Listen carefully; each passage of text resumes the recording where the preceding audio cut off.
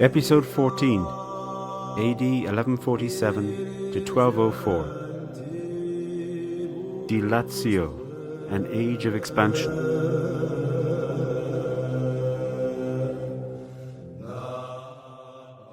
We use the term crusade as we do a knee reflex, thoughtlessly and uninformed. President Bush Jr. notoriously used it as evangelical preachers do, meaning a moralistic campaign. And the American people are beginning to understand. Now, this crusade, this war on terrorism, is going to take a while. This is an example of the use of the term today on the right of the political spectrum. On the left, the use of the term and the treatment of the crusade itself are equally moralizingly distorted and detached from the realities of the time in which these events occurred. But by and large, most people were sympathetic because they knew that what the book was depicting was what happened. And in fact, precisely because Arab civilization was at its zenith at that time, they regarded the Crusader invasions from Europe as barbarian invasions. They saw the Europeans as barbarians, and they were. The term, however, entered English only in the 1580s, long after the classic Crusades were over, and at the height of the Reformation in England. At the time, when what we term the Crusades were actually happening, it was called various things, clustered around the concept of a journey, the iter, or a journey of pilgrimage, a peregrinatio. The term crusader has a more relevant etymology, coming from medieval Latin cruciata, one crossed, from cruciare, to cross oneself. Then into vernacular Provençal as crozata, into Castilian and French as cruzada and croisé, respectively, one who is crossed. This is clear from the name of the Portuguese coin from a later era called cruzado, simply a coin with a cross stamped on it, as almost all European coins were for centuries. In this episode, we will address what historians have called the Second, Third, and Fourth Crusades. Again, this numbering can mislead us. There was no schedule or automaticity about these expeditions. People at the time had no sense of participating in a numbered series. A small group of knights could resolve to take the cross and to travel to central Iberia or to the Near East. This happened continuously in small numbers. They were sometimes called cruci signati, those signed with the cross on their tunics. Large-scale undertakings led by great lords, kings and emperors were understood as responses to emergencies affecting the whole of Christendom, as levée en masse, the answer by a population to a call for mass recruitment. And just such a great emergency arose in 1145, when the Christian county of Edessa was conquered by the Turks. Pope Eugenius III called upon the nobility of Christendom to rush to the aid of their brothers in the Holy Land and to repulse the infidel, from the Latin infidelis, unbelieving. Louis VII of France answered the call, and for a typical reason. In 1144 he had been waging war on his neighbour and nominal vassal, the Comte de Champagne, and his followers had set fire to the church of the town of Vitry, where 1,000 of the inhabitants had sought sanctuary, and were burned. In remorse for his dreadful deed, on Christmas Day 1045, King Louis took the cross to atone for his sins.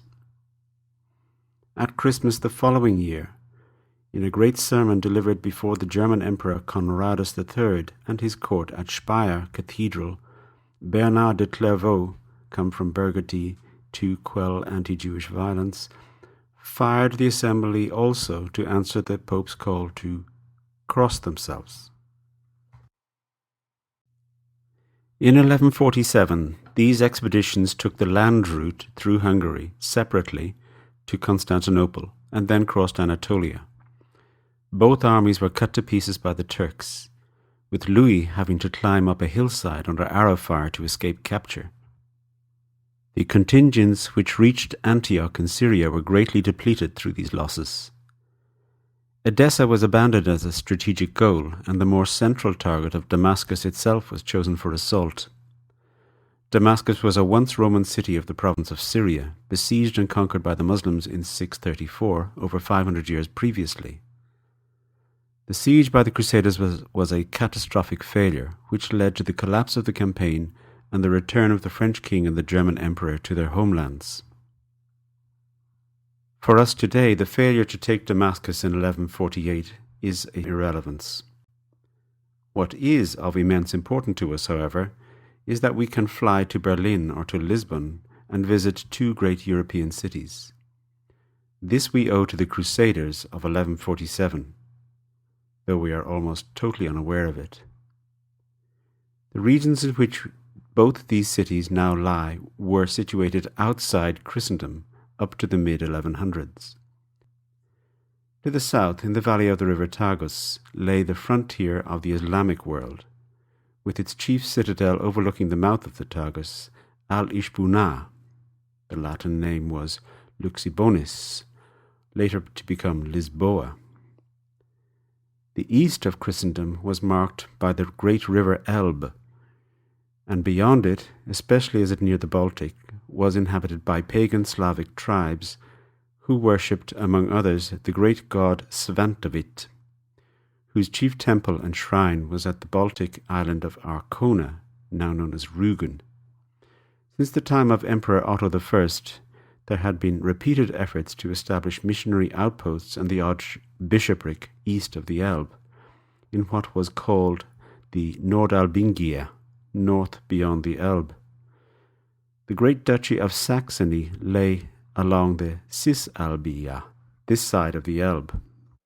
Just as Charlemagne had to again and again bloodily reconquer and rebaptize the Saxons 350 years previously, only to see them revolt, so now the Saxons experienced the same setbacks and frustrations with the Nordalbingian Slavs.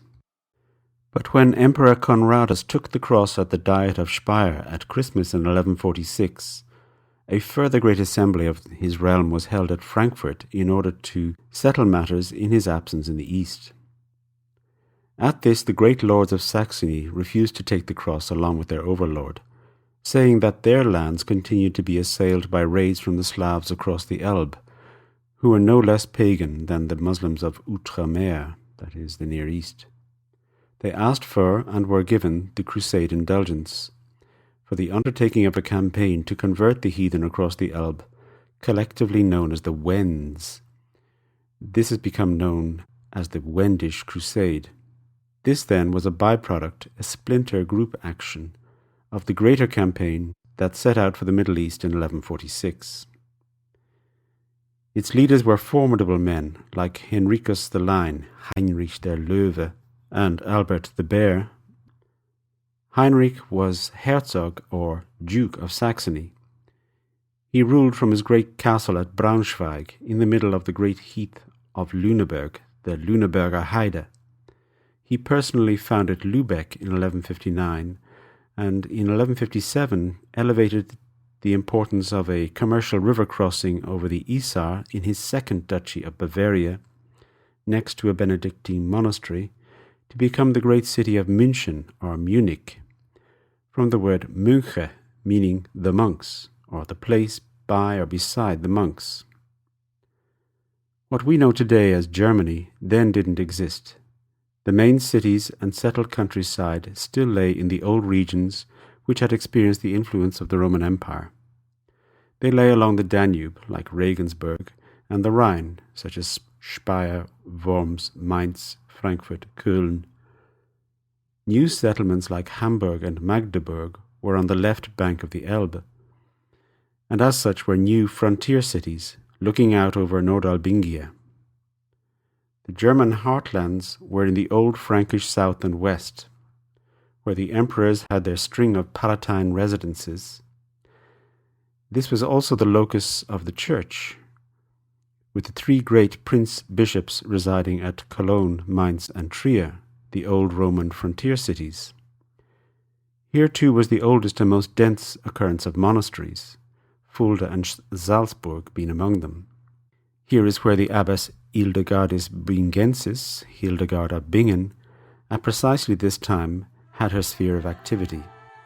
She set up, through the self-determination of a visionary, 2 monasteries for women, one at Bingen on the Rhine west of Mainz, and the other just across the river at Eibingen. She went on public preaching tours through the valleys of the Rhineland, and was very respected and influential. She had the ear of the emperors, who courted her to attend on them. She wrote on medicine and recorded her visions. Above all, she was the first musical composer of whom we have both the works and a biography. Her career shows how medieval Christian culture, in a violent age and a traditional masculine social structure, could make room for a woman in the highest public functions, be it as abbess like Hildegard, or as queen regent and sovereign ruler like El Cid's widow Ximena Diaz was at Valencia, and numerous others were.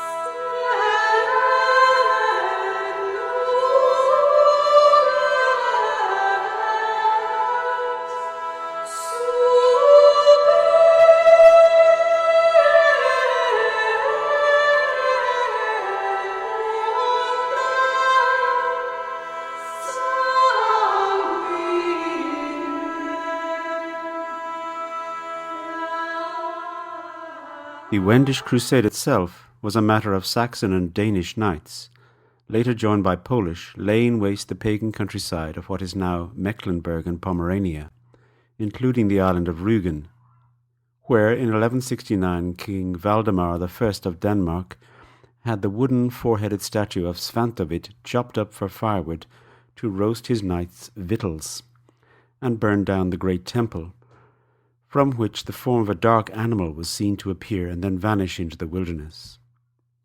The leader of the Wendish tribes, Niklot, was forced to surrender his stronghold of Dobin, and he and his warriors had to submit to a false baptism. The crusade was judged to be a complete failure by the clerics who wrote about it. The Wends remained as pagan as before, but matters had decisively changed after it. Niklot's warlord son, Pribislav, swore fealty as vassal to Heinrich the Lion and retained Mecklenburg as his lordship, ruled now in the Frankish style and in favour of the slow spread of Christianity among the tribespeople. His family line ruled in Pomerania down to the end of the First World War. Albrecht der Bär inherited from Pribislav the march or mark of Brandenburg, and then fought to conquer it. The chronicler tells us that, quote, in the year of the incarnation of the Lord, 1157, the Margrave, by God's mercy, took possession as victor of the city of Brandenburg, and, entering it joyfully with a great retinue, raised his victorious standard on high, and gave due praises to God, who had given him victory over his enemies. End quote. Immediately he sent word throughout the Rhineland and the Low Countries that lands and villages were free for the taking in this thinly populated but fertile region east of the Elbe. Flooding in what we now call Holland and Belgium, then Flandria, spurred thousands of families to uproot themselves and take their wagons eastward to Brandenburg, where they were given charters of liberties and the law and judges of their homeland. They were allocated suitable spots to build their villages, and the plain was measured out into manses of standard size and given to each family. They used their precious experience of building dikes and in land drainage to render their holdings productive. This was the beginning of what is called the movement of the Ostsiedlung, the eastward settlement by communities from the west ever deeper into the lands across the Elbe, a process that has had immense historical and social consequences. The city of Berlin in Brandenburg is first mentioned in the records in 1237. It went on to be the chief city of what was much later to become the Kingdom of Prussia.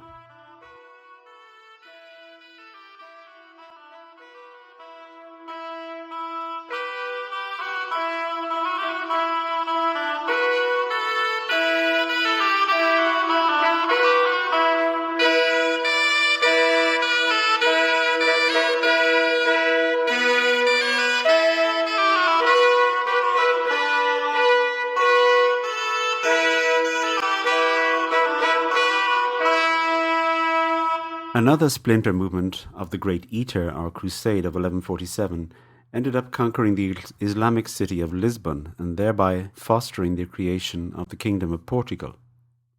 In answer to that call by Pope Eugenius III for the knighthood of Europe to take the cross, a great contingent assembled at the port of Dartmouth on the south coast of England, quote, apud portum de Dertemute, as the chronicler wrote, who were to take ship to the Holy Land. We read that 160 ships set out, bound for the Straits of Gibraltar and for the Terra Sancta, bearing an army of Christ, Milites Christi, made up of contingents of volunteers from Cologne on the Rhine, from Frisia and Flanders in the Low Countries, from Normandy and from Norman England, as well as Scotii, whom I suspect for that period and for much of the Middle Ages meant Irish or Scots, or both.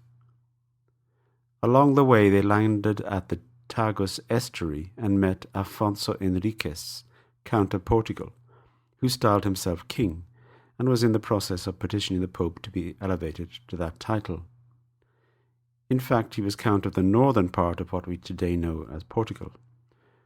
To raise his prestige in the eyes of all, and of the papacy, he undertook, in the spirit of the true crusading prince, to rid the western Iberian seaboard of the long-standing Saracen dominion, and thus to sacralize and legitimize his claim to independence from the neighbouring kingdom of Leon, and to style himself as king in his own right.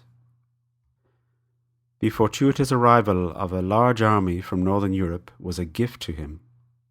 The Bishop of Oporto addressed the pilgrim soldiers thus, In dicto ab omnibus silentio, episcopus sermonum coram omnibus lingua latina abuit. Silence was indicated for all. The bishop delivered his sermon in the Latin language, that through interpreters everyone had his sermon made plain to them in his own tongue. End quote. Through negotiation and in their shared ardour as Christians, the two sides agreed to assail the Moorish city of Al-Ishbuna, or Lisbon, at the mouth of the river Tagus. This was the main strategic stronghold in the region and had been Muslim for the previous 4 centuries. The siege of the city began in July and lasted 4 months. As they sat under the walls, for that is what a siege is, or siège, a sitting down, in the summer heat, the Muslims on the battlements above them were confident of victory.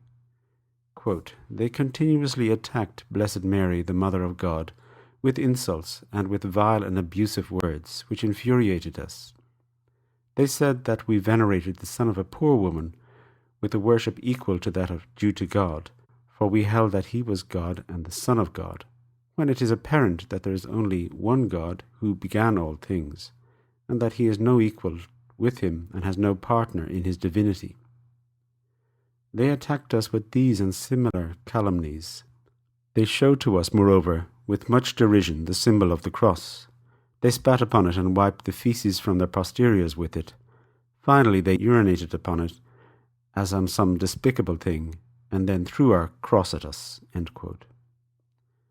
When the city fell, the chronicler, probably a Norman, says that the men of Cologne and Flanders disgracefully pillaged the houses and cut the Cadi's throat, he was the chief Sharia judge, contrary to what had been agreed among the Crusaders.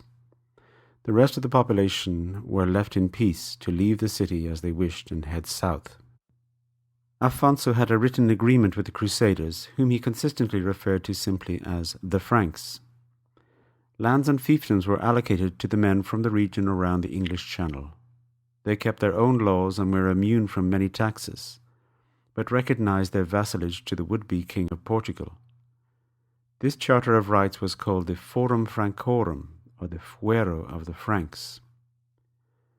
Having now doubled the size of his county, the Contado Portugalense, Afonso applied to Rome for the restitution of the independence of the See of Braga and the recognition of his new style as King of Portugal. In 1179, Pope Alexander III gave his blessing to the new title, which Afonso had been using since 1140, making him a direct vassal of the Holy See and receiving from him and from his descendants an annual payment of a vassalic fee paid to Rome. This siege, and victory sprung from the accidental coincidence of two Crusader enterprises in the mid-1100s, coupled with the obtaining of the status of an archbishopric for the bishops of Braga, contributed decisively to the formation of the European realm of Portugal. Milagres tremosos, pastornos Santa María es maravilloso. Milagres tremosos, pastornos Santa María es maravilloso. Tremosos milagres, las gentes de vamos, es maravillosos, porque no más hermanos, aleluya que este se ve que castigamos, los más milagrosos. Milagres tremosos, pastornos Santa María es maravilloso. Milagres tremosos, pastornos Santa María es maravilloso. 30 years later, a great crisis and calamity struck the Christian Near East. It had been less than a century since the arrival of the Latins, or Franks, or Farange, as both the Greeks and the Muslims called them. Jerusalem remained a Latin Christian city of the inland highlands of Palestine. The main strategic routes inland from the coast were guarded by a string of mighty but isolated Crusader fortresses, some of the most formidable being those of the Templars and Hospitallers.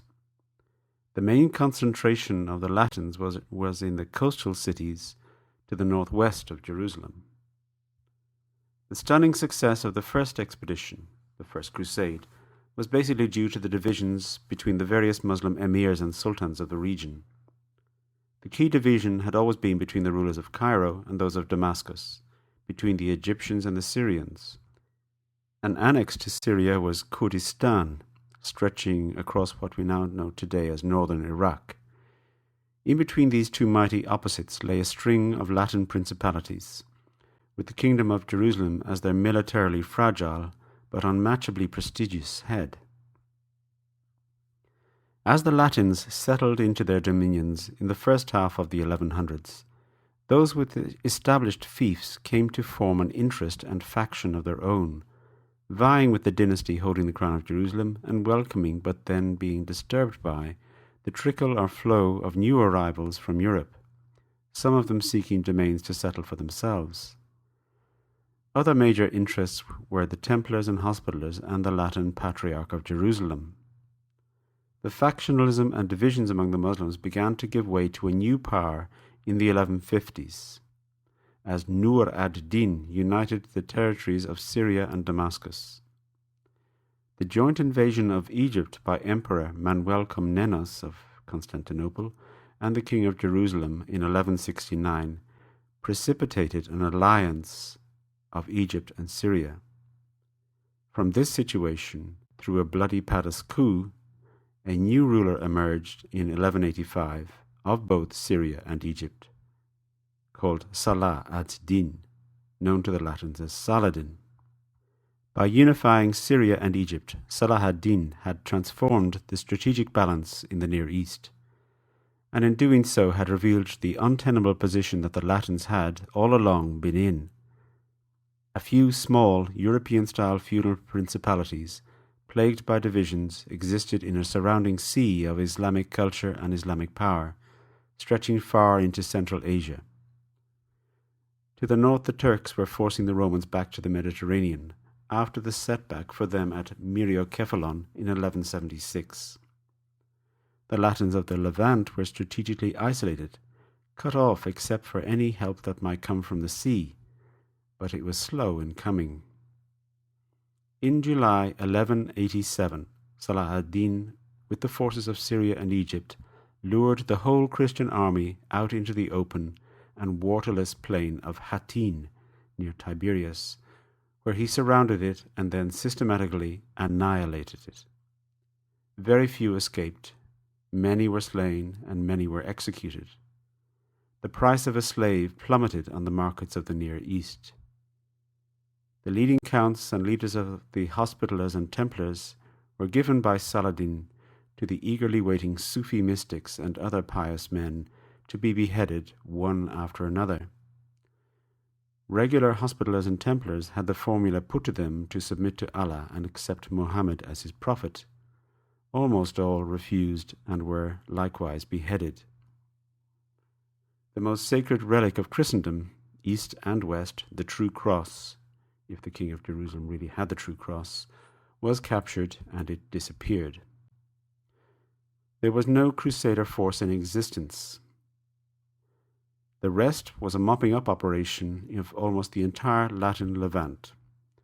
Jerusalem was besieged and surrendered on the 2nd of October 1187, with 7,000 of its inhabitants, the majority of them refugees, being spared on payment of a ransom of 30,000 bezants, calculated per head. The rest were sold into slavery. The money was largely supplied, by the way, from the treasury of the Hospitallers, who guarded the crusading funds paid by Henri II Plantagenet in expiation of his sin of murdering Archbishop Thomas Becket. A string of fortresses and coastal cities suffered the same fate. Belvoir, Kerak, and Mont-Royal among the fortresses, and Acre, Sidon, and Beirut among the cities. More would have fallen, and the Latin presence would have been expunged completely from the Levant, had not two men organized stout resistance. The first was Corrado del Monferrato, Conrad of Montferrat, who had risen as a warrior to marry into the imperial family at Constantinople. As the situation in that city turned violent against the Latin residents, as we shall see, he decided to try his chances in the Holy Land, where his father was. He arrived at Tyre just after the disaster at Hattin. He took over the command of that desperate city, now filling with refugees from all over Latin Palestine. Salah ad-Din brought 2 determined sieges to bear on the town, including capturing Corrado's father and threatening to kill him before the walls. But he failed to overwhelm the energy and courage of the townsmen, stiffened and led by Corrado. The second saviour of the Latins also came from across the sea.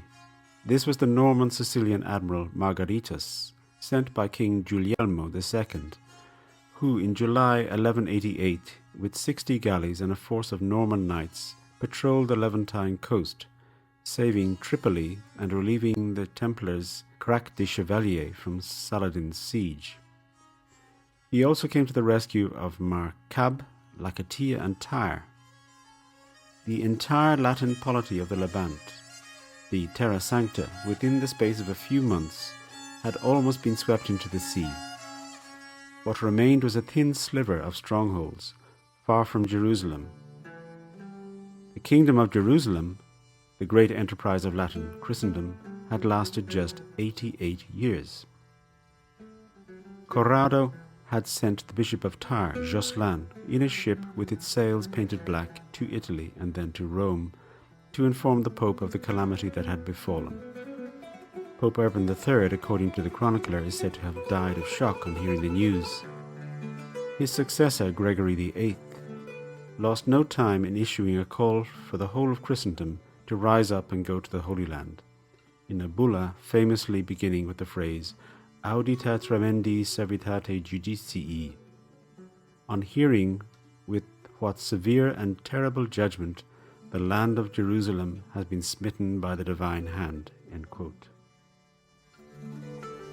Chantera pour mon courage,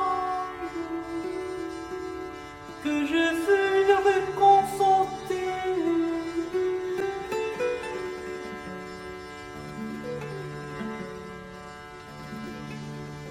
Qu'avec mon grand dommage, ne quiert mourir d'affolie.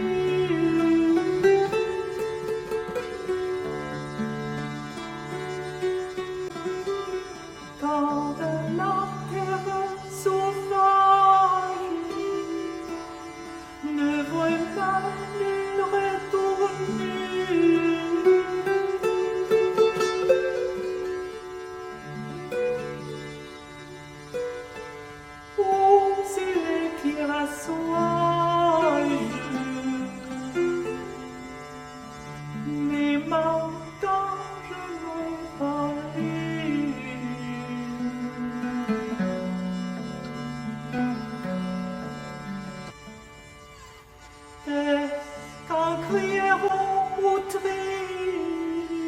Si rallié au Pelé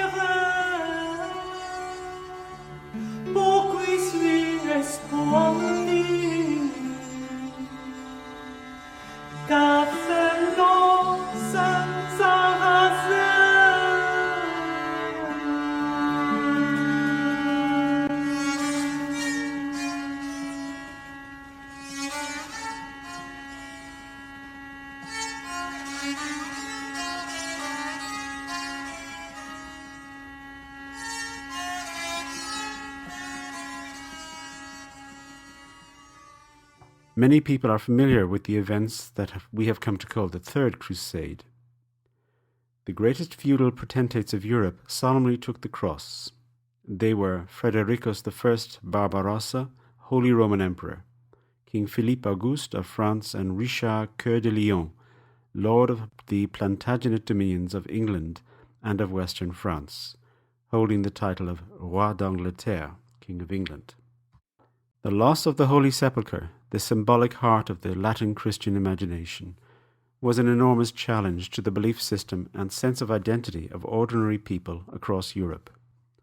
Astral events, news of floods and famines, took on in the popular imagination a single eschatological meaning. The last days, so long prophesied, were surely upon them. The universal sense of emergency brought forth extraordinary measures.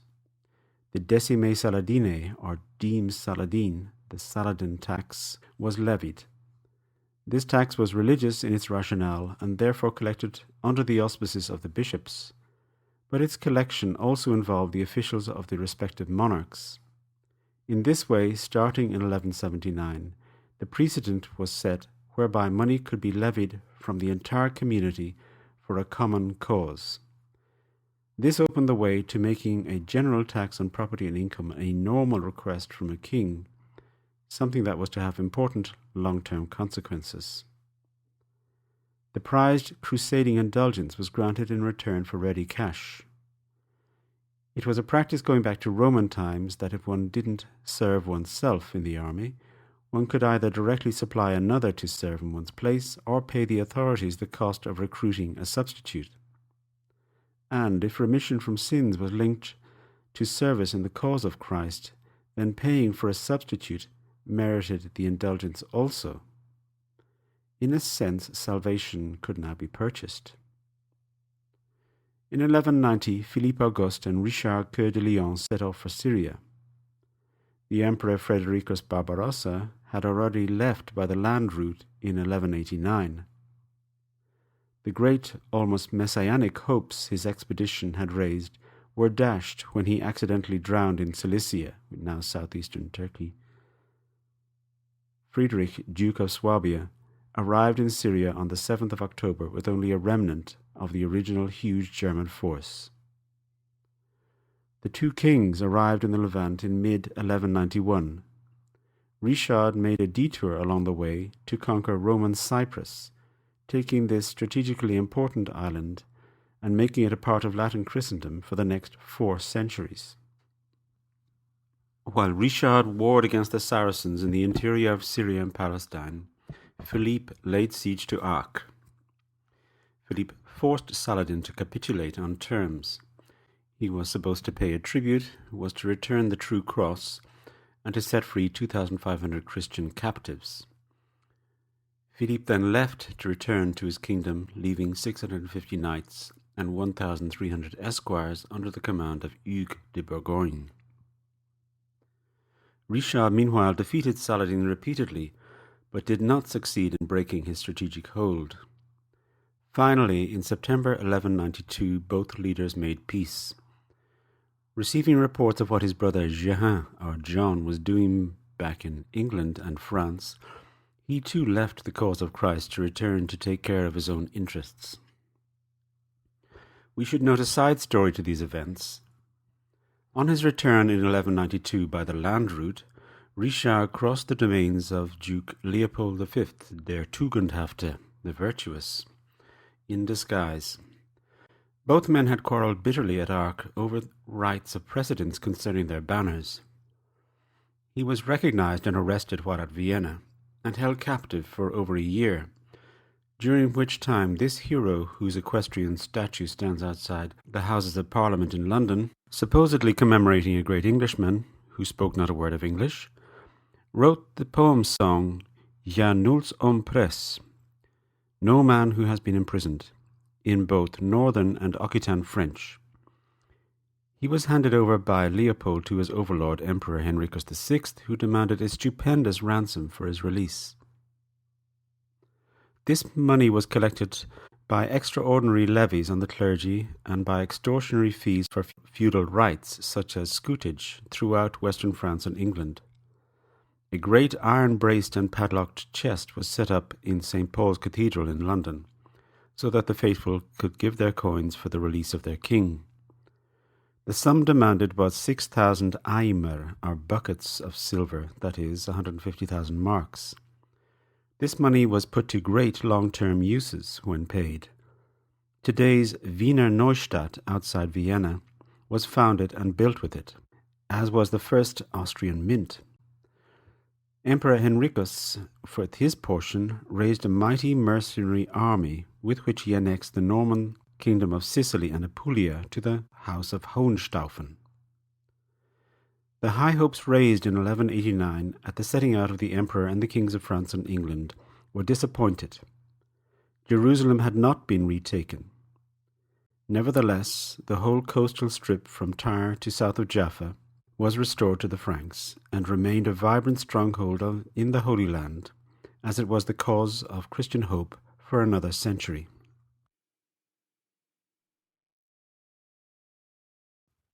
The turn of the 1200s saw a whole series of events which have had major long-term historical consequences. The first I want to deal with is how the Roman Empire of the East fell for the first time, and how it was brought down by one of its own, by the Venetian Republic. Here we must briefly summarize the intimate and eventually fatal relations between two Roman cities, those between Constantinople and Venice.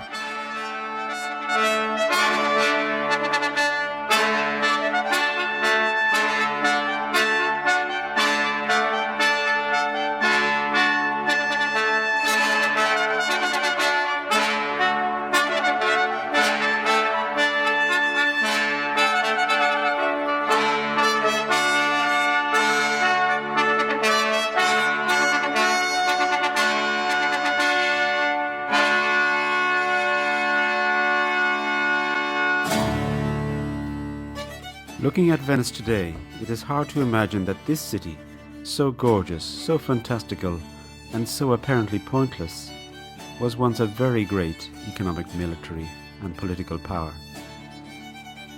Venice was instrumental in bringing down the Roman Empire, and as a result established a string of dominions across the eastern Mediterranean, as the support points of a rich commercial overseas empire which it maintained for centuries. Venice began life as it emerged naturally and uninterruptedly from the late Roman society of northeastern Italy as the acknowledged child of the imperial capital, Constantinople. An occidental, Latin-speaking city, Venice, more than any other European polity, always looked towards Constantinople as its centre and its point of reference in most things. Therefore, we must briefly summarize the intimate and eventually fatal relations between these two Roman cities, between Constantinople and Venice. Venice grew up as a new city of the lagoon, as a response to the passage of the Lombards into Italy from the 570s onwards. It was unambiguously a city of the Roman Empire of Constantinople and saw its immediate focus of political authority as being at Ravenna. In the 700s and 800s, as the Roman Empire fought for its life against an ever more formidable Islamic expansionism, the emperors turned again and again to their subjects in the northern Adriatic, the aid of whose fleets enabled the empire to mount a sufficiently strong joint naval force to oppose the Muslim razzias from Sicily and from the Emirate of Bari. This was in the 840s to 870s. The Venetians were also seriously endangered by the Slavic pirates established along the northern Dalmatian coast, the Narentani. After many setbacks, finally in the 870s the Venetian duke or doge inflicted sufficient harm and loss of life on the Narentans that they signed an accord and left Venetian ships in peace. Honours were routinely showered by the emperors on the leading figures of the Venetian Republic, such as the coveted titles of Magistros, Protospatarios, or Protosevastos, eagerly sought by a political community that considered itself honoured to be treated with such consideration by Constantinople. Venetian nobles and merchants, and in Venice's case, successful merchants were nobles, were equally keen on acquiring family connections with the court on the Bosphorus, and so marriages were not infrequently contracted.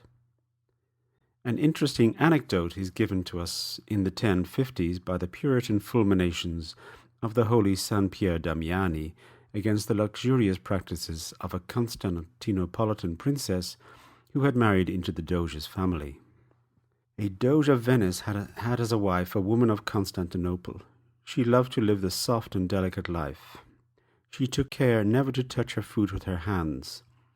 Her eunuchs had the task of reducing her food to such minute pieces that she could, with certain little golden forks of 2 or 3 teeth, lift it to her mouth.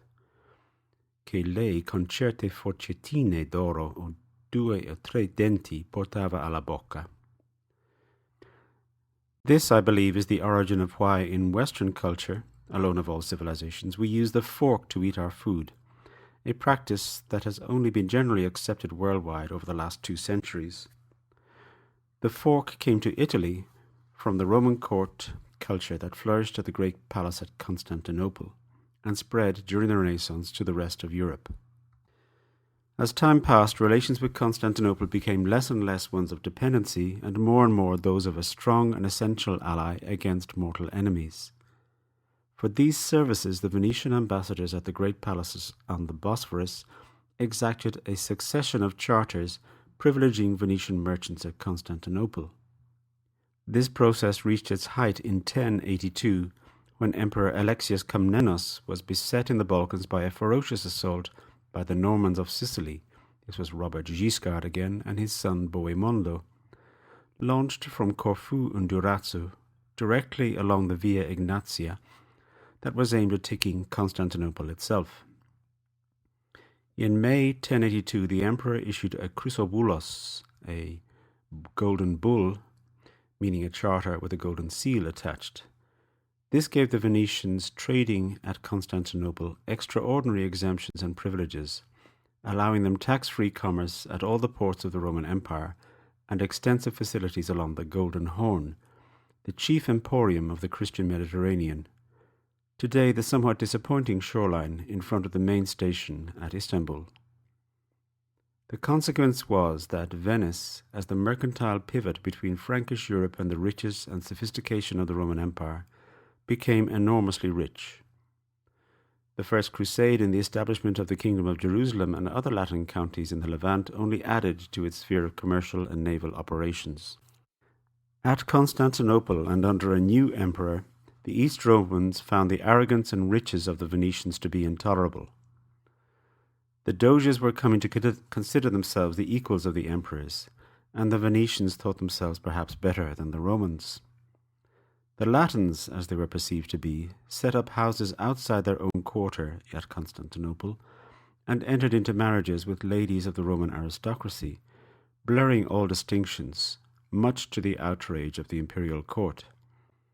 Ancient power relations were in transition. The Crusades stemming from deep within the Occident had clearly shown that. Now the Venetians, more intelligently focused than the Franks on a commercial sea empire, were overtly challenging the dignity of the imperial capital, Constantinople. Already Venice had established its dominion over the coastal cities of Dalmatia, which had always and forever been under the East Roman sovereignty. In 1170, the Emperor Manuel I Komnenos granted to the Genoese and Pisans, mortal enemies of the Venetians, their own colonies and privileges at Constantinople. The Venetians at the imperial city, who numbered many thousands, attacked and partially destroyed the Genoese quarter. They then refused the imperial order to pay compensation for the damage they had done. This was an insult and a direct challenge to imperial authority within the capital city. On the 12th of March, 1171, in a combined police action and popular pogrom against their quarter, the Venetians were taken completely by surprise. Some were killed, and the documents claim that as many as 10,000 were thrown into the imperial prisons. This in Constantinople itself. The raids against Venetian merchants and their families were pursued in all the cities of Romagna, where they lived. The imperial fleet chased a flotilla of refugees sailing back to Venice, but failed to catch them. All Venetian ships, property, and goods were confiscated to the imperial treasury. The response at Venice was immediate. The mighty Arsenale, or Arsenal, Europe's first large-scale industrial manufactory, organized on the most rational plan, began receiving timbers from the Dalmatian forests and sawing them up to turn out 100 war galleys in rapid order. Europe's first ever public bank, the Girobanco, was established to float and manage the Republic's debt in order to pay for these war preparations. The punitive attacks by the Venetian fleet under Doge Vitale Michiel against the empire in the Ionian Sea fizzled out, however, in fruitless negotiations and in a plague that decimated the mariners. Incidentally, this crisis and the bitterness felt at Venice by the fruitless waste of so much men, ships, and money led to a political coup in the Republic. Doge Michiel sought refuge in the monastery of San Zaccaria, just behind the Palazzo Ducale. Nevertheless, his enemies sought him out and assassinated him, precipitating a constitutional coup which put an end to the centuries-old institution of the Arenio, or popular assembly of all the citizens, in deciding the election of the Doge and matters of war and peace.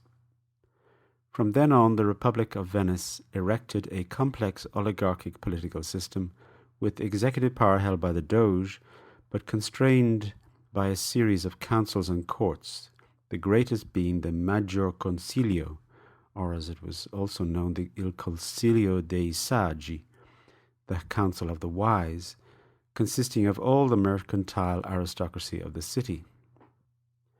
9 years later, some but not all of the thousands of Venetians held in the imperial dungeons were released through negotiations. But relations continued to deteriorate, not just with the Venetians, but with all the Latins, especially the thousands of Pisans and Genovese now present in Constantinople. These feelings must have been accentuated as the Romans of Constantinople began to see their dreams of recovery and refound glory dashed, this time irrevocably. Emperor Manuel Comnenos was revered as a paragon by the Romans. He had led a glorious campaign into Syria and subjected Armenian Cilicia, as well as the Latin Principality of Antioch. He had sent his generals Michael Palaiologos and Ioannes Doukas into southern Italy to attempt to wrest it back from the Normans of Sicily. In 1169, together with the Kingdom of Jerusalem, he had launched a joint invasion of the Sultanate of Egypt, as we already mentioned, which failed. Over 500 years after the loss of the Patriarchate of Alexandria to Islam, the Romans of Constantinople still thought in terms of retaking it. The ambition of the Roman Empire to restore itself reached in all directions. Then, in 1176, the emperor led 25,000 men to strike at the Seljuk Turks in Asia Minor. His large force was caught in the narrow defile at Myriokephalon and was severely defeated. Further clashes in the following years only confirmed the overall consequence. From 1176 on, the Turks moved further and further westward through the Roman Asia Minor until they reached the Mediterranean coast. A huge region whose coastal cities had been Greek from time immemorial, and which had been a central part of a Western empire from the time of Alexander the Great, became what we know it as today. First of all as a Turkish dominion, then as the heart of the Ottoman Empire, and today as Turkey.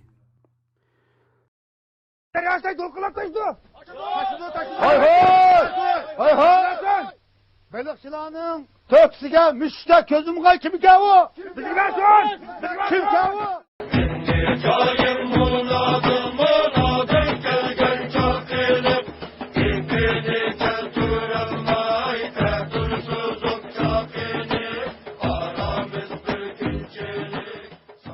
Disappointed ambitions led to increasing popular animosity among the Roman populace of Constantinople against the Latins, seen as treacherous usurpers. The deals floated to the Pope by Emperor Manuel for an immediate reunification of the Latin and Greek-speaking churches spurred the Eastern clergy to whip up popular anger against the Westerners. In 1182, a new emperor, Andronicus I, unleashed the mob against the Latins living in Constantinople.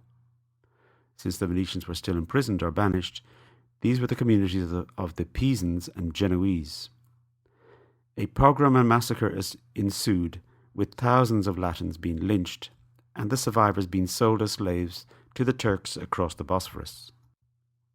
I would suggest that it is from this time that the schism between the Orthodox Church and the Western Church became permanent and irrevocable.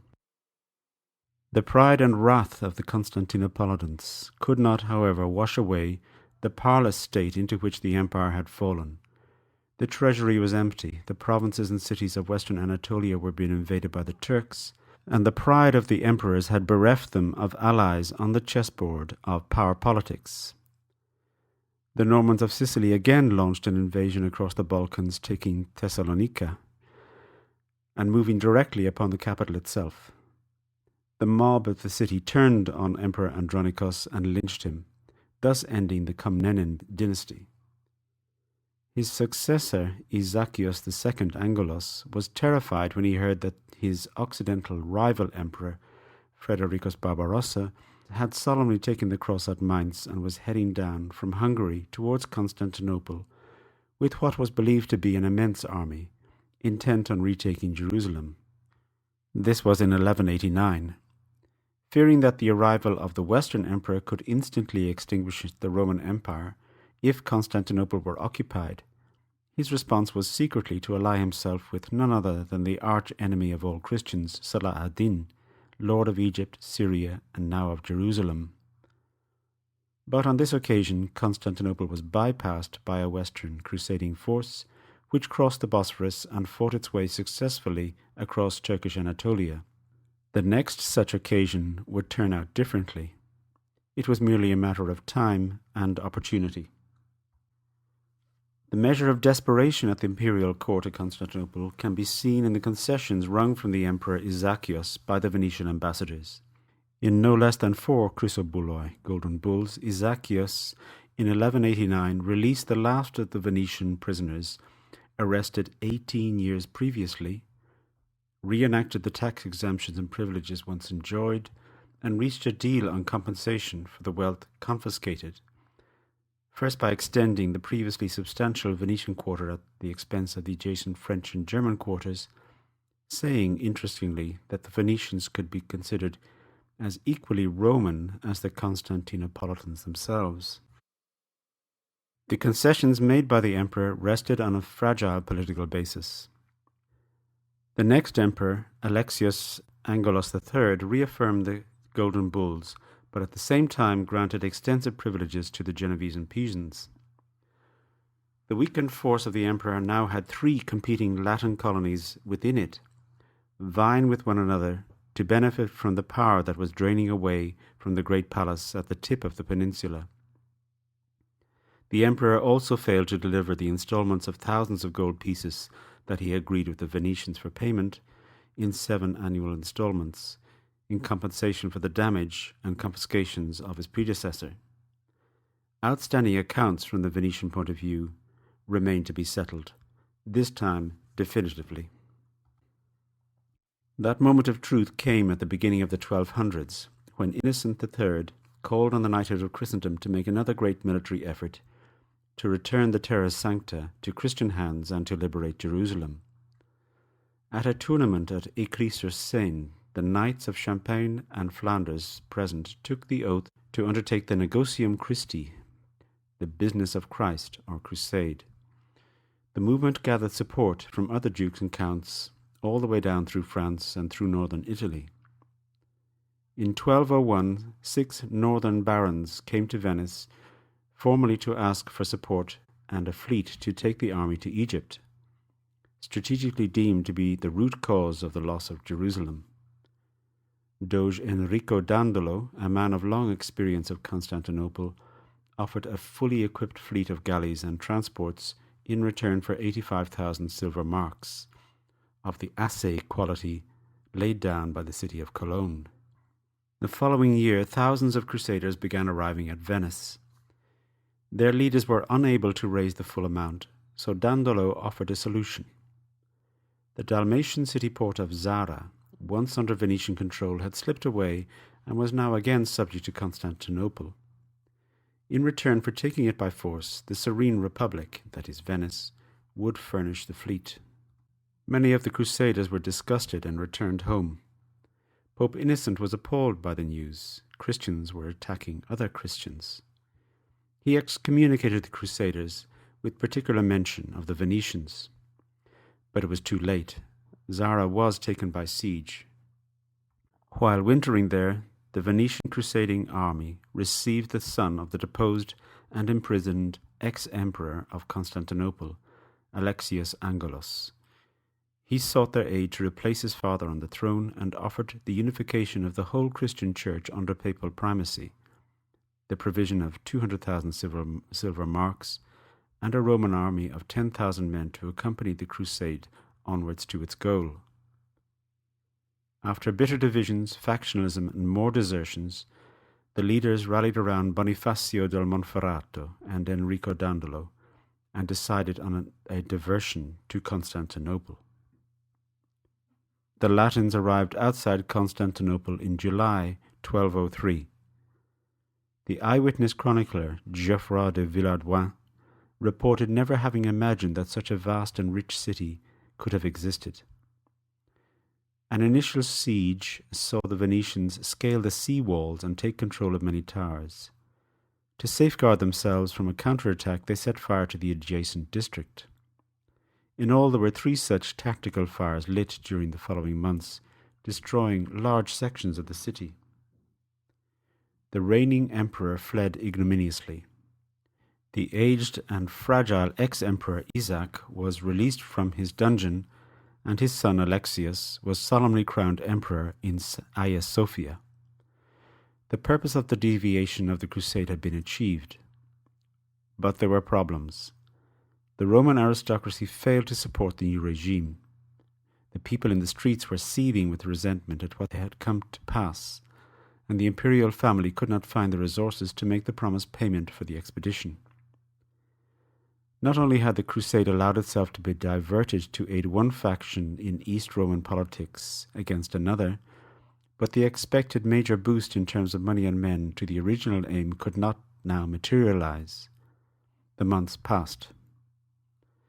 Added to this was the explosive hostility in the city towards the Westerners. An attack was launched to set fire to the Venetian ships, fomented by the new emperor. It failed. The recently crowned Alexius was deposed in a palace coup. There was now an open state of civil war between 2 heavily armed camps. The leaders of the crusade met and decided on settling the issue by force, and to erect both a Latin emperor and a Latin patriarch in place of those which existed. Another siege was launched, and again it was the Venetians, aided by French knights, who scaled the walls and entered at the commercial district of the Golden Horn. The next morning the Latins formed up inside the city in full battle order and waited, but no one came out to oppose them. The imperial city, the never-violated mother of cities, was subjected to the 3-day mayhem, violence, and destructiveness of a sack.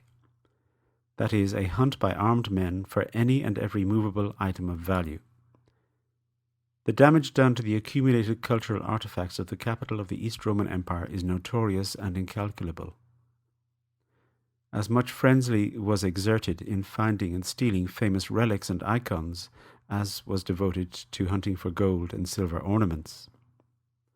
The churches of eastern and central France today still hold reliquaries whose contents come from Constantinople on those dreadful days.